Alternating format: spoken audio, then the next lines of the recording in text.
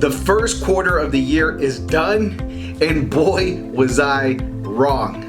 Yes, earlier in the year, January, I put out a video called Predictions for 2022. And one of my predictions was that interest rates would not hit the 4% until about the third or fourth quarter. And boy, was I wrong. If you're paying attention, we are now in the fours. Interest rates are currently in the fours, and they're slowly but surely hiking up to the fives. And I wouldn't be surprised if we even see that go into the sixes before the end of the year if we follow that trend. And in that prediction video, I had stated that this was a way, that the reason why we were going to have higher interest rate is a way for us to suppress inflation and kind of slow down our economy. So it's happening, and it's happening sooner than I thought.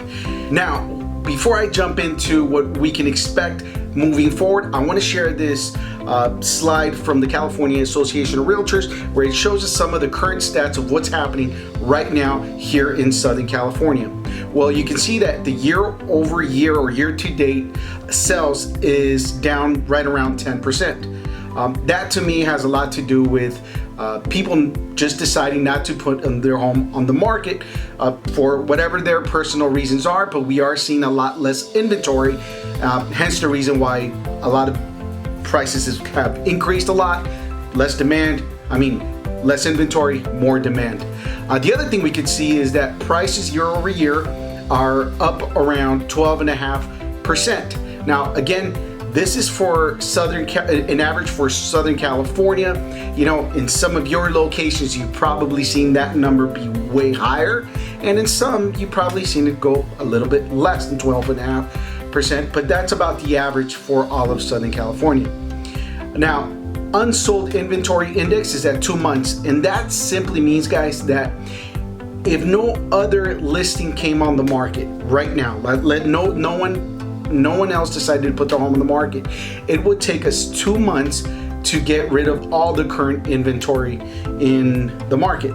Now, this number is a good number. The reason why I say that is over the last 12 months, it's actually been less than 2 months. So we're beginning to see trends of a little bit more inventory in the market. Not nearly where it needs to be in order for it to be a fair, balanced market between buyers and sellers. It's still a highly leveraged seller's market, but at least to see a bit of a trend to go up, that's a sign, and hopefully we can get more inventory so we can make it easier on home buyers to be able to purchase properties. And the next thing is the median days on the market is at 9 days. So if you put your home on the market, it'll take on average about 9 days to sell, which is good. Lastly, the sales price to list price ratio is at almost 103%. And that simply means that if you put your home on the market, you can expect to sell it for an average of 2 to 3% more than the actual list price.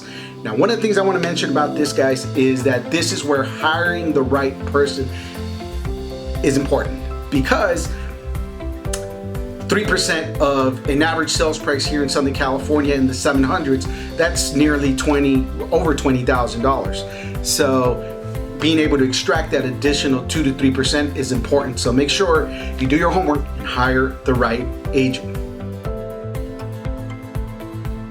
One of the things for sure is interest rates will continue to go up. Currently we're in the fours.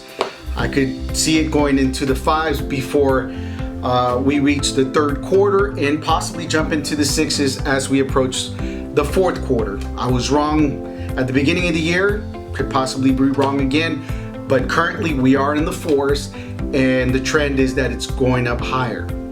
So we know that for sure. The second thing is, we know that over the last 18 to 20 months, our government printed a lot of money and it's devalued the dollar, right?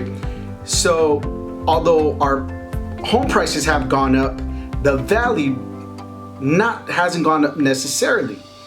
And follow with me here.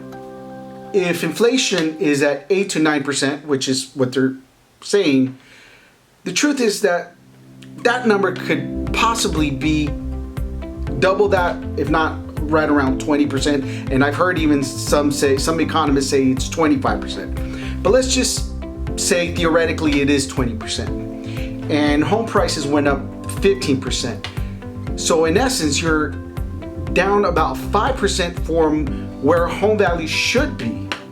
But obviously we don't see it that way, right? Because all we see is the arrow continuing to go up. But if inflation is increasing at a much higher rate, then, well, you can see what's happening there. Now, with all that said, many investors, even huge billion-dollar hedge funds, continue to purchase property across the country. Why? Because they know that in an inflationary environment, one of the best places to park your money is in real estate, because it's one of the best ways to protect your asset. So, if you're a buyer and you're waiting for the market to crash, I did a video not too long ago where I compare either making a move now or waiting. You know, it ultimately is about what's best for you and what's your motivation. However, here's some food for thought.